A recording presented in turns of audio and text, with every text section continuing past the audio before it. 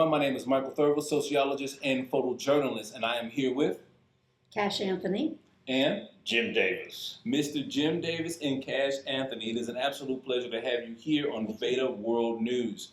And we have a little bit of different perspective today. We're talking about motorcycle safety in Houston. Houston has become populated to the extent that a lot of people find it difficult to navigate on the roads. So when I spoke with Miss Cash yesterday, she says, hey, as a rider on a two-wheeler, I don't feel safe. So my question to you, Miss Cash, is why don't you feel safe? Nowadays, because people are texting as they drive. Okay. That's one of the big things. We have found that texting is more dangerous than driving drunk. Wow. Yeah, because people are not looking. At least if they're driving drunk, they're kind of looking where they're going. And we are not advocating for people driving drunk or tipsy or anything like that. We just have to put that disclaimer out there because a lot of people like to say, well, I heard it here on VEDA World News that it's sort of okay to kind of drive a little tipsy. We are not promoting that here. We are saying no drinking and driving at all. But go ahead, continue. So that is one of the things. Another thing is that motorcycles are small by comparison to bigger vehicles. Yes, ma'am. And we have so many trucks and pickup trucks and other large vehicles coming through Houston that it's easy for a motorcycle as narrow as that is to not be seen by the other driver. Yes, so we have something called conspicuity. What is that for the viewers that don't know? That means that you need to be conspicuous. It's okay. It's okay. Conspicuity, yes, which means you need to make yourself conspicuous. And you need to be aware that the other vehicles around you are something that you have to look out for as well. Okay. So we have various kinds of training that we have offered to people. And part of that is to learn to be conspicuous, to learn to have situational awareness. Okay. So that wherever you are on the road, that you are aware of everything you can possibly be aware of. You can't not pay attention and be safe as a motorcyclist. Understood. And what about you, sir? Are you feeling safe on Houston roads? Well, I don't ride anymore. I had a stroke a few years ago, and so I don't quite have the balance that I think is necessary to be safe. But I have had 500,000 miles of riding with no accidents and no tickets. And this lady has had 300,000 miles, no accidents and no tickets. And it's not just luck, but there's some luck involved. Okay. Oh, well, that's something to know because a lot of times when you're riding that amount of miles, the risk just seems to increase of someone or someone getting hit somewhere. How do you navigate that, and how did you keep yourself that clean, for lack of better terms, for that long? When we used to ride very frequently weekends, 300 or 400 miles as a familiar trip for us. And we always started our rides by leaving our houses on the motorcycles to a big parking lot in a grocery store area. Okay. And we went through a routine, a safety routine that tested the ability of the motorcycle to make sharp turns and braking. And by the way, when we finished that, we decided we knew whether the motorcycle and the riders were both safe or not. And if there was any doubt, we simply abort the ride and go home. Wow. Safety is what gets us through the process of approaching what is obviously dangerous. Well, let's backtrack real fast. I'm going to ask a question that only you guys can answer. Starting with you, Ms. Cash. What is your favorite motorcycle? What do you love the most? Which model? Oh, gosh. My last bike was fabulous. Which one was that? It was a Honda. Go ahead. It was a Honda Magna, which was a 750. Okay. Which is a fairly big bike. Wow. Actually, it's the size bike I started riding on in the first place, but in between times I had some smaller bikes and I had some bigger bikes. But I love my 750. It was a cruiser. I had it set up for touring for me. Okay. So that when I bought the bike, I took it to the shop and We had pullback risers put on so that the handlebars could come back to me. Because Okay. my arms are way out here. And if they were, it wouldn't be safe anyway. We had a luggage rack put on the back. Mm-hmm. We had extra lights put on the front and the back. And I'm assuming that these extra lights were for safety purposes. Absolutely. Okay. Yeah. Gotcha. Because, if you've ever seen a train coming down the track and you pay attention maybe to their lights, Mm-hmm. their lights are in a triangle. They are. Because the triangle is the safest, unnatural position of lights. Okay. It's not like seeing a car with two lights side by side and no light at the bottom. And so we always put a triangle worth of lights on the bikes. Gotcha. Okay. So that was, my favorite was my Honda Magna. Okay. And you, sir? I rode for decades a series of Honda Goldwings. My father owns a Honda Goldwing, but I didn't want to say that, but Yeah. go ahead. Let me say that she's a little modest. She started with a bike that weighed about 650 pounds, Wow. and she managed it quite well. But toward the end of my riding, she would occasionally ride my 1500 by herself, Okay. and we went to a dealership to investigate the 1800s. That is a bike that's about 850 pounds. And she got on and made a figure eight in the parking lot with no practice whatsoever and had no trouble at all. So she may not say that her favorite bike is 1800, but I watched her, and it Wow. could have been. Well, they had just brought the 1800s out then, Okay. and they were beautifully balanced, even more than the 1500s, which is what he usually rode. Okay. And I rode his 1500 from time to time. But the 1800s were so perfectly balanced, so that when I got on, I felt very comfortable doing my U-turns. Wow. And actually, we do a U-turn on every ride, because I have to, because I'm the navigator. Oh. Okay. Yes, I'm the lead bike. Yeah, and I'm the tail gunner. That is the last rider, which was, as she's about to tell you, having a whole different set of perspectives and responsibilities than the navigator lead bike. Okay. So every time we would go out on a ride, it wasn't that I didn't know where I was going. I like maps and I like planning. But sometimes you'd run into something on the road where there was a construction zone, or there was an accident in the middle of the freeway or something where you had to get around. Mm-hmm. And so we called it my mandatory U-turn. Every ride had a mandatory U-turn. Okay. Oh, wow. But people got used to it because we did this signal. This was the signal to all the bikes behind everybody me. make a U-turn. Make a U-turn. Okay. Well, let me ask you, for younger riders, and we're talking, what do you have to be, 18, 21? Is that roughly what you would say the younger rider is? What is The like youngest average? ones are probably 14 and 15. But Yeah. Get out of town. well, I mean, Well, before they dirt bikes, while they're learning. Okay. typically, yeah. All right, so for younger riders that are interested in getting their first motorcycle, what should they be looking for? What do you recommend? Tell us a little bit about that. Yeah, it's a matter of two things to pay attention to: power and weight. Okay. Let me take a little tangent here Okay. and let the audience recognize something that the audience probably does not know. Controlling a motorcycle requires almost zero balance. Really? Almost zero. It requires very, very precise control of speed and direction of travel. And that's all. And not only that, if you lose control of your bike and just let go, the bike will not fall down. It will stand up and go straight and recover all by itself. No, why is that? Centrifugal force. Okay. Which is a very interesting concept.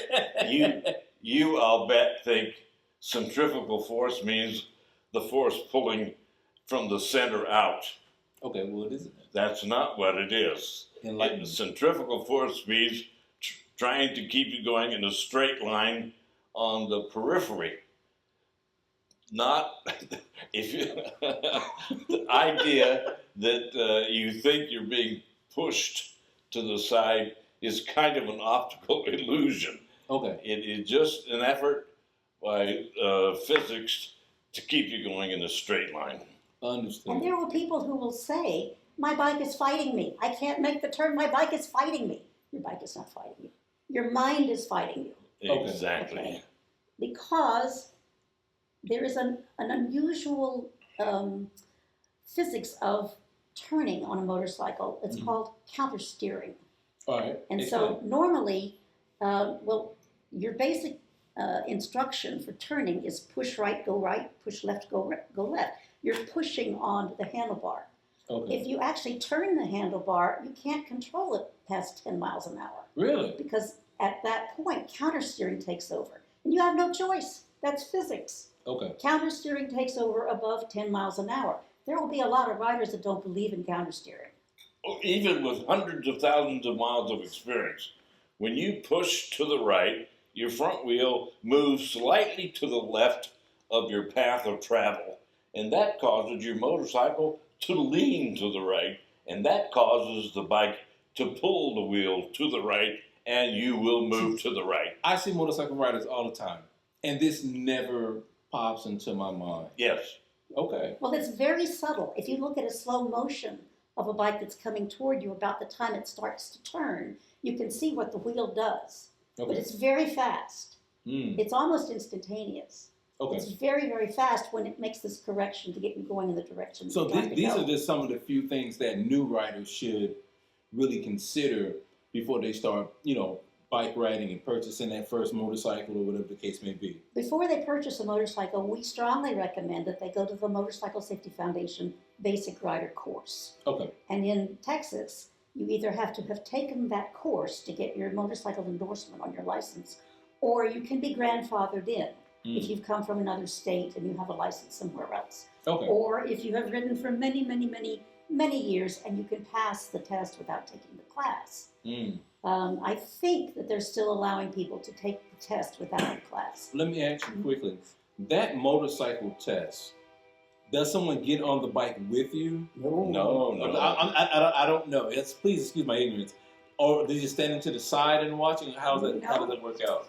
Well, I'll talk about my problem with it, because the first time I took my test, I didn't pass it, and I'll tell you why. Okay. Okay, Jim had been teaching me to ride, and I had this new large 750 that I was learning on. What they do is that they have an officer from, I believe, the Highway Patrol, Yes. who is in a vehicle behind you. And so he's watching, and you can see a lot about what a motorcyclist knows about what they're doing by watching from the rear. Mm. So he's watching from behind, and when I would come to an intersection, he would blow his horn once to go right and twice to go left. So I didn't know until I got up there what direction I was going to go, which meant I had to line up in the lane straight and then figure out which way to go. So the reason that I didn't pass the first time was because I was sitting at the stop sign. He blew his horn. I started forward, and something caught my attention that I thought was dangerous. I can't remember what it was. It's been many years. But something caught my attention, and I stopped. Mm. Well, you can't do that. Really? That was automatically fail, because he told me to go. I didn't go. Okay. But that was the only thing that was the problem, and I was so disappointed. So how long did you get a chance to retest? How Oh, yes, long I did think I took it a week later. Oh, okay. It wasn't long. Sure. Yeah. And you said? She had control. It was an incident that just got in the way. That's all. Okay. It wasn't particularly dangerous. No. Dangerous is you drop your bike. That's dangerous. Wow. And that's something she and I, would teach newbies. Okay. How to avoid getting hurt if your bike's falling down. That is, you stand on the high peg, you step away from the motorcycle, and you let go of the low grip, because the low grip is what throws you into the ground. And so what happens if a bike is going to go down and you stand on the high peg and you let go and step away, the bike falls down and you just walk away from it. It falls down between your legs Yeah. Okay. because you have one leg that's pretty far out on one side and the other's still on that peg. Okay. Okay, so now you're not being pulled over as the handlebar goes down to hit the ground. You're not being pulled off. You're standing. Really? But no one teaches that except us that I know of. It's amazing how many things that we would teach, you would think familiar riders, especially in Texas, would know. For example, the concept of acceleration is 1G, 1 gravity. And, I mean, that's NASA talking. Okay. But what does that mean? Well, I'll tell you what you probably know and what most motorcyclists know is 1G is about 32.2 feet per second per second. And your eyes should be glassy by now. Okay. Because you don't think that way. No, I do not. But I'll tell you what you do think. What 32.2 feet per second is 22 miles per hour Okay. per second. All of a sudden, you now have a perspective you can relate to. That's gravity. That's something that is intimately a part of controlling a motorcycle. We think of gravity as only being up and down, Yes, we do. but it's not because acceleration is lateral. Yes, it is. Okay, but if you've seen somebody, you felt it yourself. You take off in a car and you're going to go like this. Correct. Okay, that's the acceleration. That's gravity because you start stationary, and then it's going to push you back as Gotcha. the thrust goes forward. Well, go ahead. Well, that concept of acceleration is part of what we also teach, and we call it threshold braking. Okay. And let me add a little technicalities here. Please do. Please do. Inform us. Teach us. Your motorcycle is sitting on gravel or concrete with rubber tires. And the rubber and the concrete are together, and there is a thing called traction. Okay. Well, actually, that's not quite right. What there is in this combination of weight on gravel or concrete is a thing called the Coefficient of friction. coefficient of friction. There are two of those. Okay. A riding and static coefficient of friction, and the sliding coefficient of friction. Okay. Now, coefficient essentially just means percentage of. Okay. If you put a rubber tire on concrete and it weighs 100 pounds, and you pull on it, it takes 90 pounds before it starts moving, the static coefficient of friction is 90%, right? Okay. Okay, or 0.9. If your acceleration or deceleration gets to the coefficient of friction, you suddenly escape the static mode of riding and fall into the sliding coefficient of friction, always lower, about 80%. Okay. So, on the freeways and the roads that we are on, the static coefficient of friction with motorcycles is about 1 to 1.1 G. Okay. If you hit that, your motorcycle will then almost instantly slow down in terms of its deceleration rate to 80% of that, or about 0.85 Gs, and stay there. Wow. So, our concept of threshold braking is very simple. Slow down faster than you would slow down sliding, without slowing down so fast that you run into the static coefficient of friction, which forces you to slide, which is dangerous. Wow. Okay, so that's the kind of thing we teach. And it's not well known until somebody looks you in the eye and explains it. Right. And we've, one of the things that we practice when we go to the parking lot is that we practice quick stops. All right, what is the Some- quick stop? Well, some people refer to them as panic stops, but we don't want to panic. Okay, We want to okay. have, we always want to be in control. It's always in the wording. Always in the wording, but Okay. you always want to be in control. You lose control of your bike and you're in danger. Mm.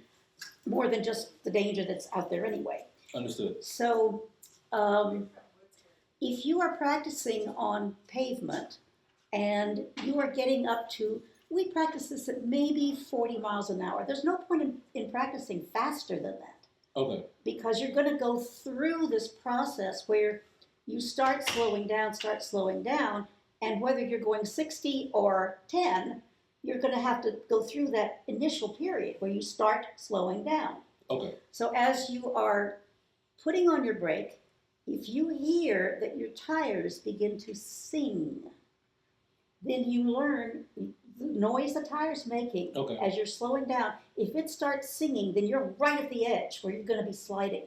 Wow. So if you hear that singing, then you have got to back off. You got to back off your speed or you're going to be in trouble. Here's a question. Go ahead.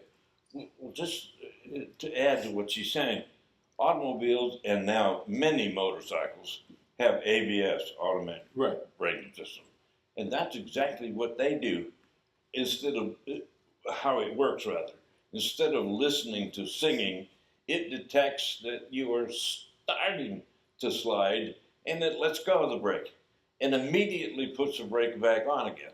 And that on-off happens so quickly that you're unaware that it's on-off, but it's very, very close to the maximum you can brake at without sliding. See, here's something that people who don't ride don't necessarily appreciate. A motorcycle has two wheels, but it also has two braking systems. Okay. So how you brake on the front and how you brake with the back tire are quite different. Really? And you have to be trained to know which is which and how to use them together and how to use them separately. Okay. Normally, in normal traffic, just driving around town, nothing unusual, you're going to always use both brakes. But there are times when you don't want to use your front brake. Okay. There are times when you don't want to use your back brake. If you use your back brake and pound on it, the tire is going to slide to the side, which is what's going to throw you, possibly spin you. And we've Okay. seen that happen with a really big bike right in front of us. It went up in the air and it flipped 3 times before it came down. Wow. Yeah, pretty horrible. Your front tire, if you begin to brake on it and you pull in, you grab the brake, then again, you're stopping too fast. You need to squeeze the brakes. Okay. But if you grab the brake, then that's going to cause that front tire to stop. And if it stops, it's going to be now in a sliding posture. But note that she suggested that if the front tire starts sliding, she didn't say it does this. It doesn't. It goes straight in the direction you were at. So you're in much better shape if you simply start to slide the front tire, and let go of the brake, and it will recover. Let's ask a question here. When it comes to motorcycle accidents, what is the #1 cause for motorcycle accidents? Running off the road. Yeah, it's, something we were talking about coming out here. Okay. 5 miles an hour is not trivial. If you are driving a motorcycle at 60 miles an hour and applied your brakes at 0.8 Gs, your bike would come to a complete stop in 150 feet. Okay. Very precise If number. instead of 60 miles an hour, you were riding at 65 miles an hour, and you use the same 0.8 G braking, how fast do you think you're going when you hit 150 miles? I have absolutely no idea, but I'm waiting on the answer. 25 miles an hour. Really? because braking is a function of converting speed into heat. Okay. Sorry. And it's a function of the speed squared. When you're at 65 miles an hour, you got a lot of speed that you have to convert to heat in a very short period of time. In the same amount of time, you move 25 miles an hour worth as you do the first 5 miles an hour. That's simple, but it occurs to you and me and Elaine or Cash that 5 miles an hour seems trivial, but I'm an expert witness in motorcycle accidents safety, and I had a case not so long ago where a woman rode her motorcycle into the side of a truck and died at 18 miles an hour. And so, what did we just say? Driving 5 miles an hour could result in an impact of 25 miles an hour in the same distance. It's not trivial. And to answer your question, the number one cause of accidents, I think, with motorcycles is uncontrolled speed. Okay. So are people being reckless with the speeding? What's happening there? Are they racing? Well, actually, I think more than reckless is that they tense up and they are afraid. They don't realize that they can stop as quickly as they can, so they quit trying. Really? And the other thing is they're unsure of the motorcycle they're on, and if they brake too quickly, they fear they're going to be tossed over the handlebars. Okay. Well, motorcycles on two wheels have a thing called the weight transfer ratio. Okay. It's the height of the center of gravity as compared to the length of the wheelbase. And a Goldwing and most Harley Davidsons, for example, have a weight transfer ratio of about 0.5. Okay. It's the height of the center of gravity is about half the distance between the wheels. Which is why they're sitting kind of low. Am I saying that right?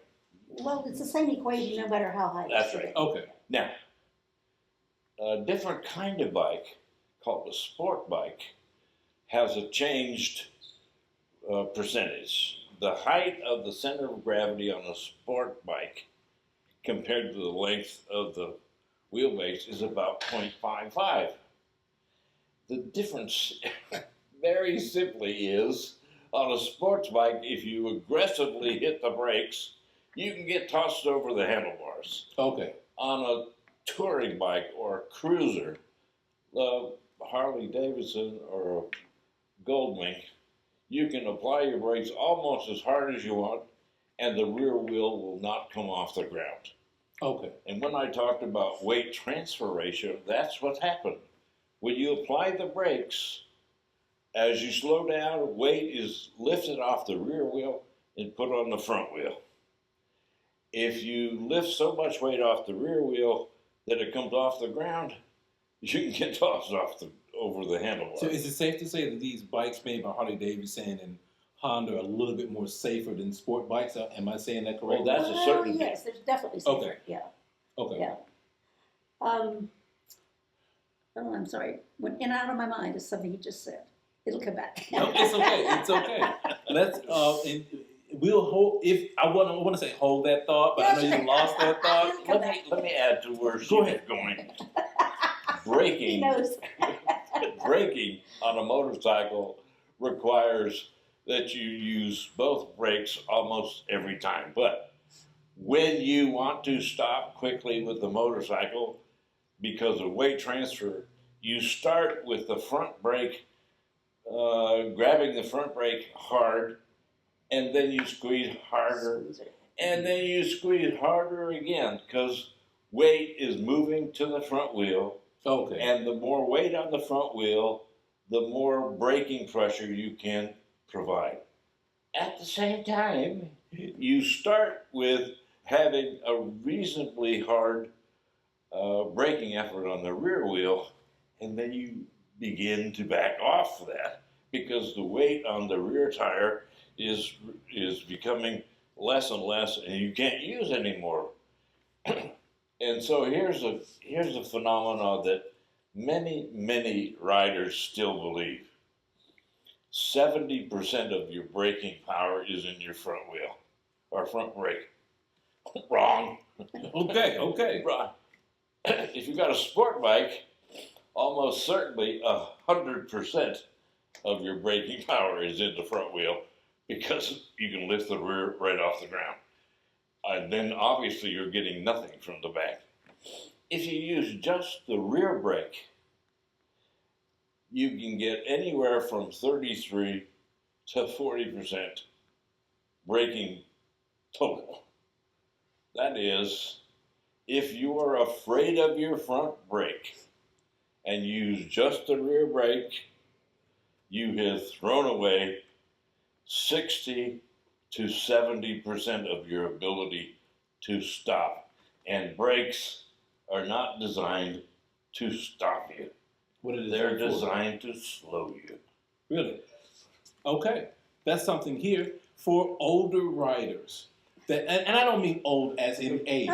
Let's first clear that. I'm talking about someone who's riding 10 years on a bike. Okay. Even 20 years. Yeah. Like, what problems do they run into? This is a very interesting question. Okay. We encourage everyone to go through the Motorcycle Safety Foundation basic training. Okay. There are some advanced classes that they offer as well, but most people don't take them because they're getting practice while they're riding. Right.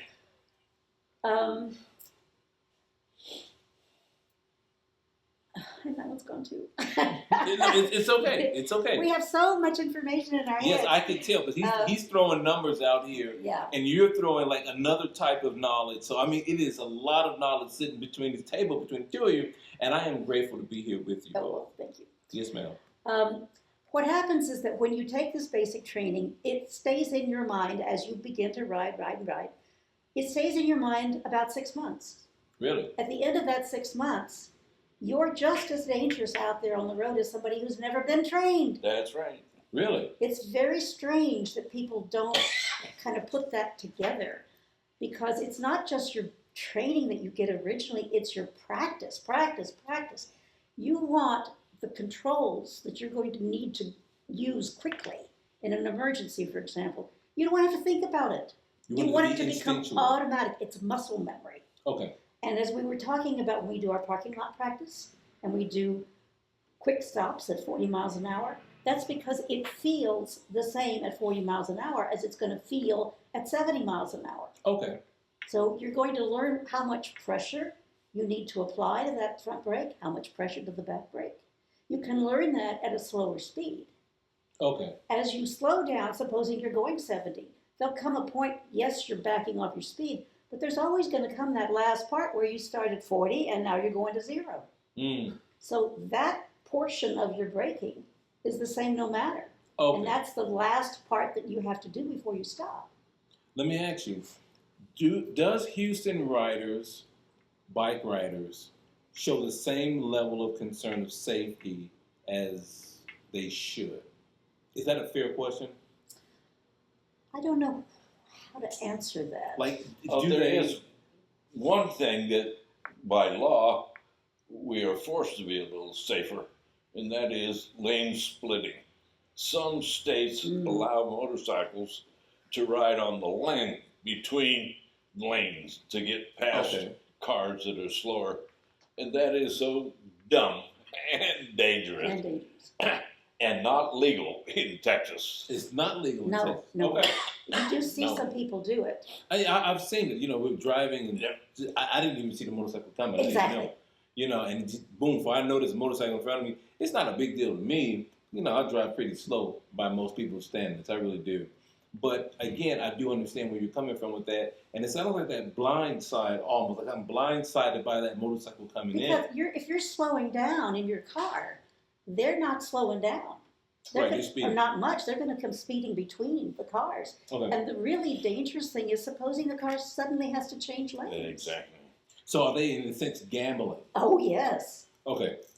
Then let's talk about one other aspect of riding that we were very familiar with and haven't mentioned yet, and that is riding with a partner. That is putting a person on the pillion, essentially the back seat of a motorcycle. Okay.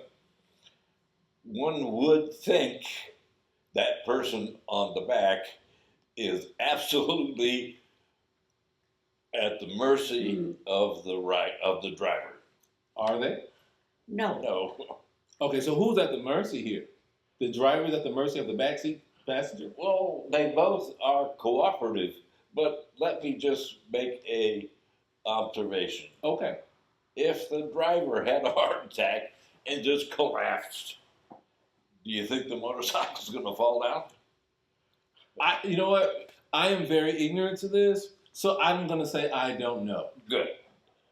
It depends on how knowledgeable and willing to be aggressive the passenger is. And we teach this. We go to rallies where we show people this because most people have never seen it. Really? Yeah. How do you guys do that? I'll be the rider. He'll be the rider, She'll be the and passenger. he'll be on his gold wing, and we'll be stopped in an auditorium or a barn or something where people are able to watch. And I'll collapse. And he forward. collapses, and what I do is I stand on the passenger pegs, I lean forward, I grab the handlebars. You do this. You can certainly do it Absolutely. right over the rider. You grab the over handlebars. the backrest and everything. Over the backrest. You just grab it. And once you grabbed it, you are now in control of your speed. Okay. Now you can't get to the brake because the brake pedal is under his foot. But you got But the you've right, got a hand the front brake. You've got a front brake. It is Okay. that's hand operated. And you have a hand on your clutch. It almost like in my mind, it's like a stunt in a movie in my mind. I can't help but think like Tom Cruise and Mission Impossible, whatever. But it's like a stunt where this, the first rider kind of collapses or whatever, and someone's reaching over in this manner to take control over that and rescue that. That's pretty cool. And it's really important. We've seen people do it. Well, Really? in a way, we did it to ourselves, not because of a heart attack or anything, but because of, what was it, dust or something that got in my eye and I couldn't see. It was suntan lotion. Oh, yes, that's right. And I couldn't see. We were Really? coming into Lubbock. Blind. I will never forget that. We were Yeah. coming into Lubbock and we were looking into the west sun. And it was, 5:30, 6 o'clock, something like that. And we'd been riding all day and it was summer and he had put sunblock on up here. And all of a sudden, I hear on the CB, because we always have CB connections. Okay. I hear on the CB, I can't see. I can't see where I'm going. How did you feel when you first heard that? I felt anxious. Okay, because I have to ask. Definitely anxious. What's Okay. going on back there? I mean, has he gone blind or what is it? No, it was because he had this stuff that had been, the sweat had caused it to melt and drip down into his eyes, and suntan lotion is irritable. Yes. And so he couldn't see, and I said, don't worry, we're getting off. I said, as soon as I found an exit ramp, I said, just follow my tail light. Just see if you can see just enough to follow my tail light. So he did, and so I pulled off, and then I came to a place where we could both pull off the road safely, and we stopped. And I said, what's going on? And he told me that it was the stuff that had gotten in his eyes. So we've learned now, don't ever put suntan lotion up here when you're riding. Okay. So, I mean, anywhere else on your face is okay. Let's talk PPE, because that goes right in that personal protective equipment. Mm-hmm. Yes, we know helmets are important. There are a lot of states out there that don't require a helmet. Right. Is Texas one of those states? No, No. you have to wear a helmet. Let me, again, focus on passenger. Okay. If anybody has to wear a helmet, you would think a responsible rider would make sure the passenger had a helmet.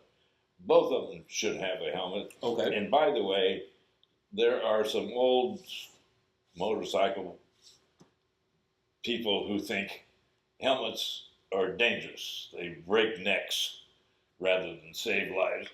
Like, people actually believe that. There are some people who do. Some Really? people believe that. Truth is, the statistics demonstrate absolutely convincingly that motorcycle helmets almost never cause neck injury or damage. Almost never. How did that that notion come about? Maybe when helmets got to be bigger and heavier than the old beanies that people used to wear. Okay. The problem with the beanie, of course, is that it comes here, Right. and you don't get any ear protection from the noise and wind. Okay. We actually had a friend who was a fellow rider who was killed because she was wearing a beanie. Wow. Now, it was a really sad circumstance. She was an excellent rider. She'd been riding for years. Yeah. And it's not quite clear.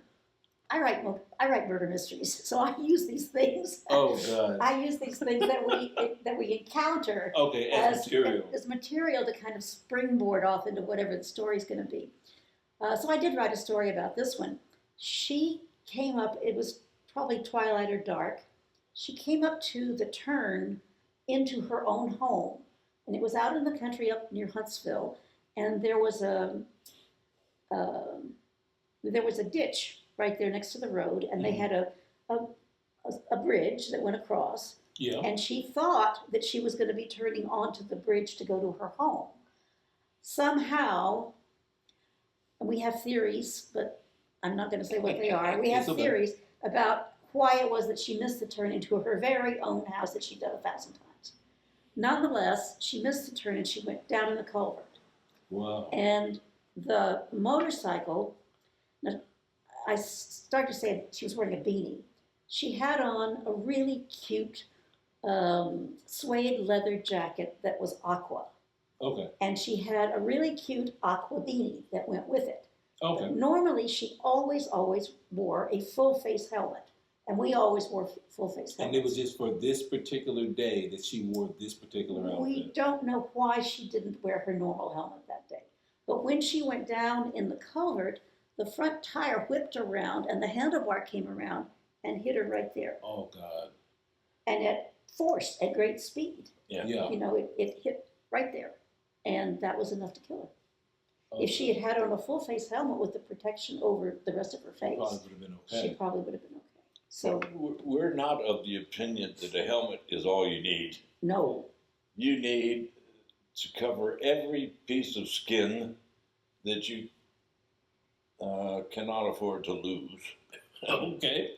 And you need to have either a jacket or at least a full sleeve length shirt on. Okay. Gloves, full fingered or otherwise, but gloves. You need your pant legs have to be completely,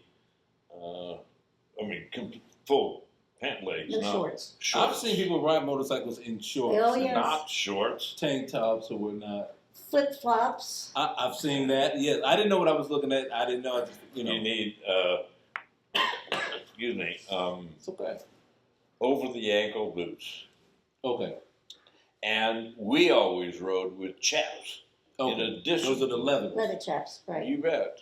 Because you know if you're sliding on pavement and you don't have on something as thick as leather, it's going to shred. That's And once it shreds, then your skin shreds. Understood.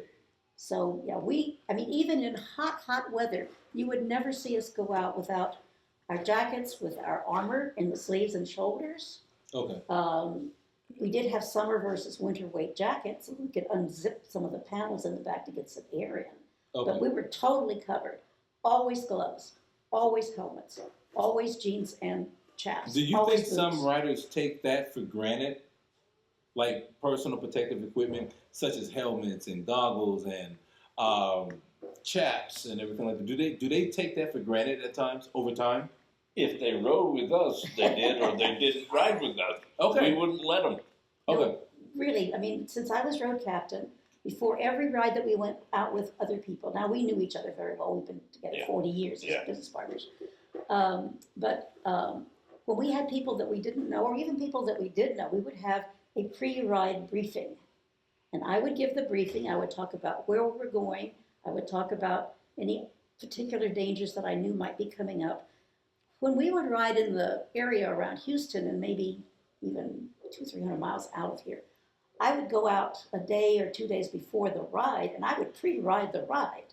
Really? because I wanted to see, was there construction? Okay. You know, So you do like a little reconnaissance or something? absolutely, because I Understood. want to be able to tell people at the pre-ride briefing what the problem is Yes, that ma'am. they might encounter.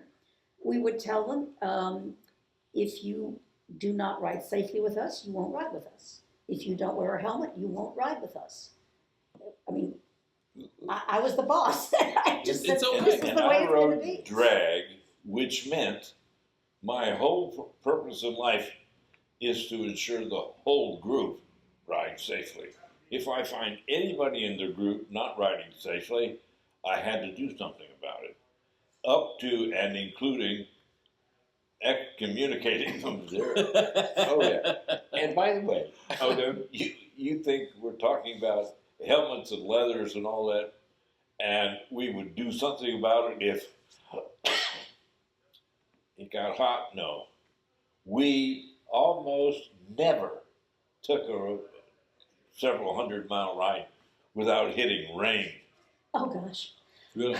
We rode to the hill country, and of course, all the stuff with the hill country around the Guadalupe River is very painful to us because we rode out there a lot. Okay. And we stayed out there. We had friends who had places up and down the river.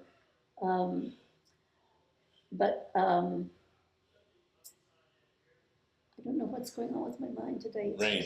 Is it rain? Rain. Yes, rain. Yes. We would head for the hill country, and we normally went to a little town called Lakey that was south of Junction, Okay. because we had friends that had a B&B there. Right. Okay. And they had a huge yard, and we could camp in the front yard, and we could go up to the house and visit with everybody. It was a lot of fun. Gotcha. We would go out in the sunshine, and it would be a beautiful day, and we would get out there, and we would usually ride more that day, or sometimes a couple, 300 miles the next day. Everybody wanted to go out and ride the twisties. So we would do that. Well, like, what is that like? You get the rain, you get the speed, you get the helmet on. Like, what is that like? Why don't you tell them about the trip, I think out toward Lakey, that we took after a hurricane came through Houston, went north and then east and then went south. Yeah, we had a hurricane that came up, and it went up toward Huntsville, and then it went up toward Dallas and Paris, Texas, and up that way. Yeah, and then a hurricane. And You then, rode through a hurricane. well, it was more on the edge of it. It had come through. Okay. And this was when I was a real baby rider. I was riding two up with him, so I was on the back. Okay. And so we headed out, and it was fine. We might have had a little sprinkle. It wasn't much of anything. And we got out to around Somerville. You know where Lake Somerville is? Yes, ma'am. Okay. We went out that way, and about the time we turned south to come back to I-10, the hurricane turned around. And it made a big circle, and it came back around, and now it was headed back toward Houston. And so were we. No, we were not coming back toward Houston yet. We recognized that the hurricane was coming at us again, and we got caught under an overpass with an 18-wheeler while it rained around us, and then we decided to keep going west because the rain slowed down. It slowed down because once again the hurricane decided to go east. We went, I think, all the way to San Antonio. No, we didn't go that far. We went maybe to Columbus, somewhere out there. Okay, and But then we turned around knowing we were going to riding right into the hurricane. Didn't get one drop on us all the way home. However, I was nervous. I believe that. I can see that. And I was sitting on the back, and I told him after we got back, I said, I was so nervous. There was a point there where I wondered about throwing my leg over your head and jumping off. Okay. None of that happened, but it was the kind of thing that goes through your mind. Weather is not restricted to rain. No. We drove to Pikes Peak, We went to Colorado Springs. Okay. in the Air Force Academy. Okay. And on the way home, as we left the high part of the mountain, it was hailing. What was that like? Well, actually, the hail didn't start till Amarillo. No, it was sleeting. Sleeting. It was sleeting. Yeah. So we got up that morning to come back, and first thing we noticed was that the hotel was up on a hill with a very steep drop off down Yeah. to a turn to get on the road, and it was icy. Wow. And that wasn't the first time we've had to go down hills when it was icy. Yeah. So, you know, at that point, you put your feet down, you just sort of slide along until you can get down to where it's safe, because ice, you're just gonna slide. You know, you Yeah. have no control when you're sliding. So we headed back, and we were trying to outrun a blizzard that had come into Denver. This was April, so we didn't expect it to be like that. Right. But anyway, there was a blizzard in Denver, and so we're trying to outrun it to get to an area where it's not going to bother us.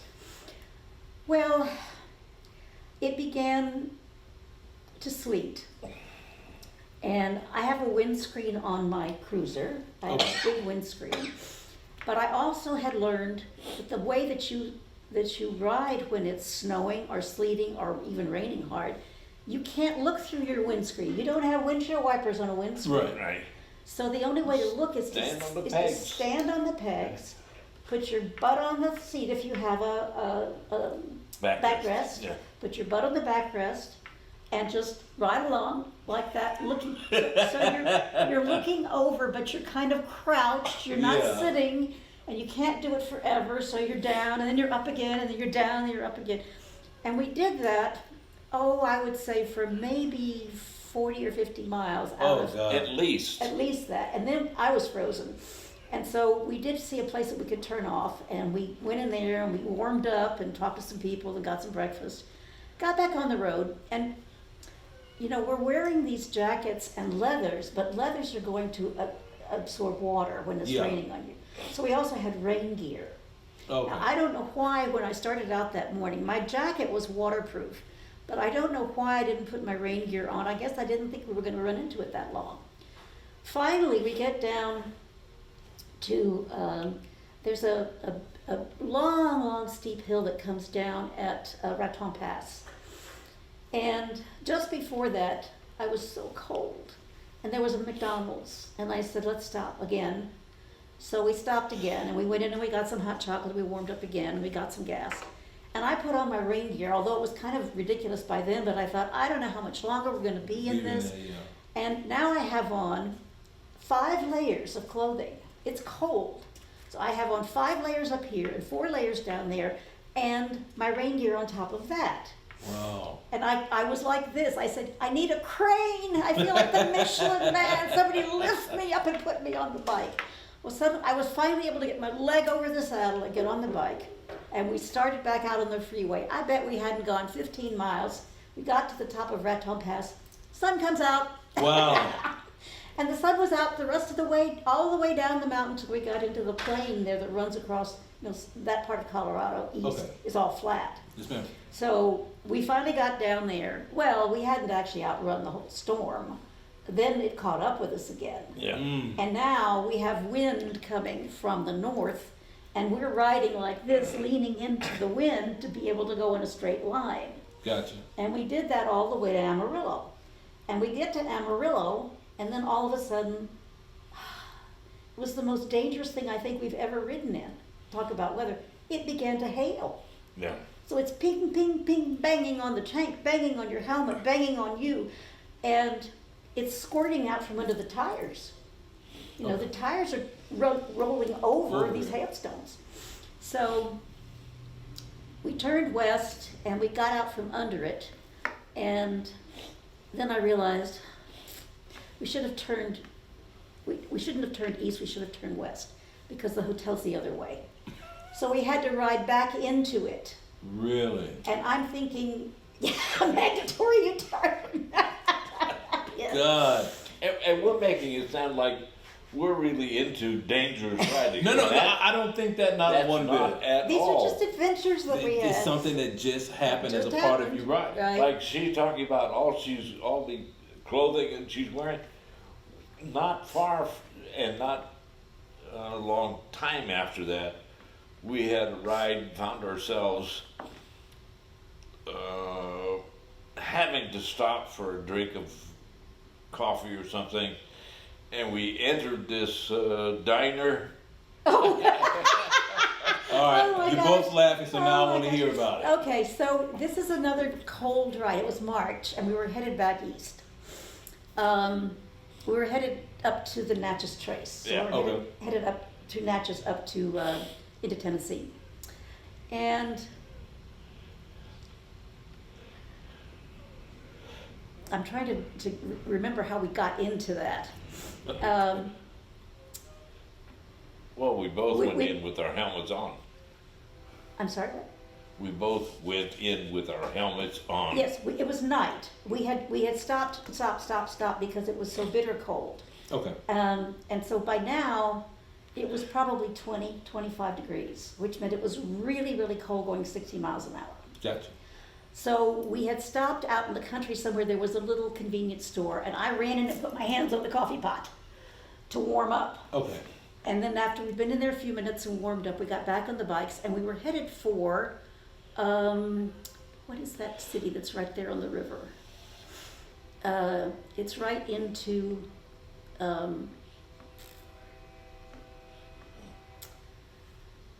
were we into Mississippi? We might have been. That is a ride. And it was dark. So we're headed up and we're getting to the freeway, and I believe this was probably I-40 at that point. And normally we would have turned right to go on into the city. Mm-hmm. But instead, I kept going straight, and Jim said, "Where are you going?" And I said, "There's a McDonald's right over there. Okay. I've got to stop again. I'm too cold." So we pulled in, and we didn't take anything off. We just unplugged our comms and left the bikes. We had on our helmets. We had on these balaclavas, you know that. Yeah. Okay, we had those on.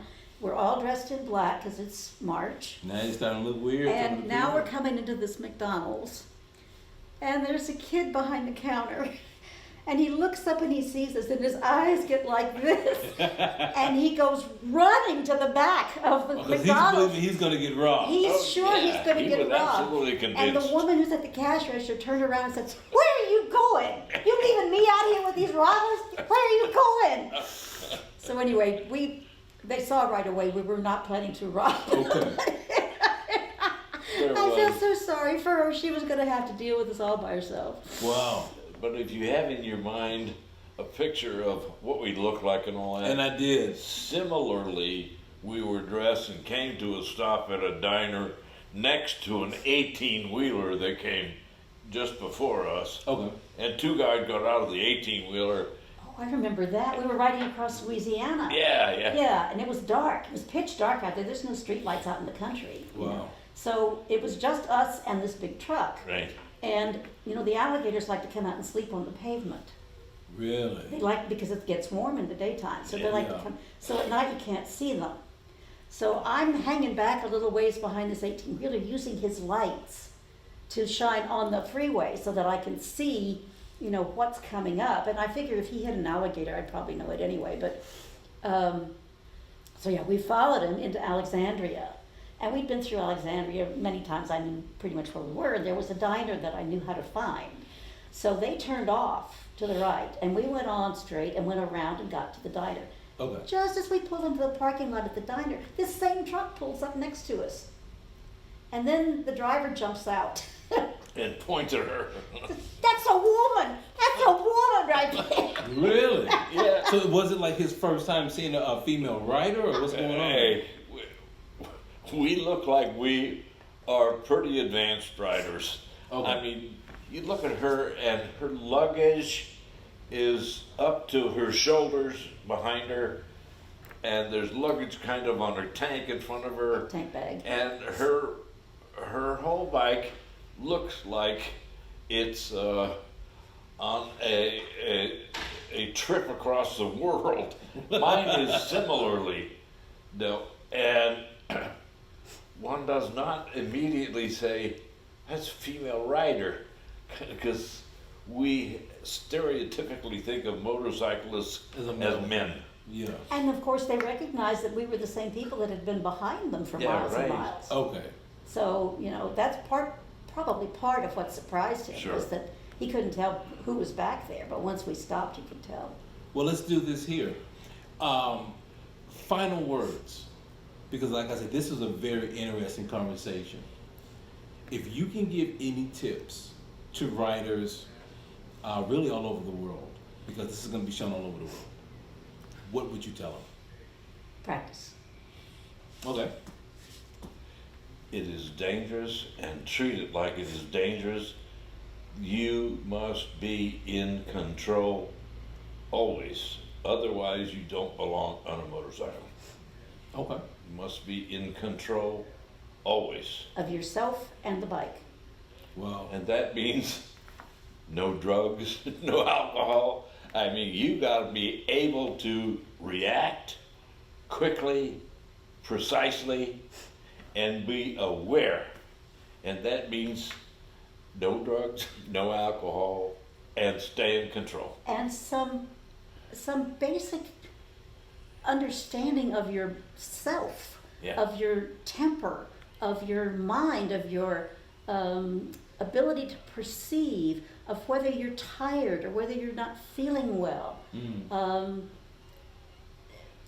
All of those things can influence and just throw you off a little bit, and it doesn't take much for you to get into big trouble Understood. out there.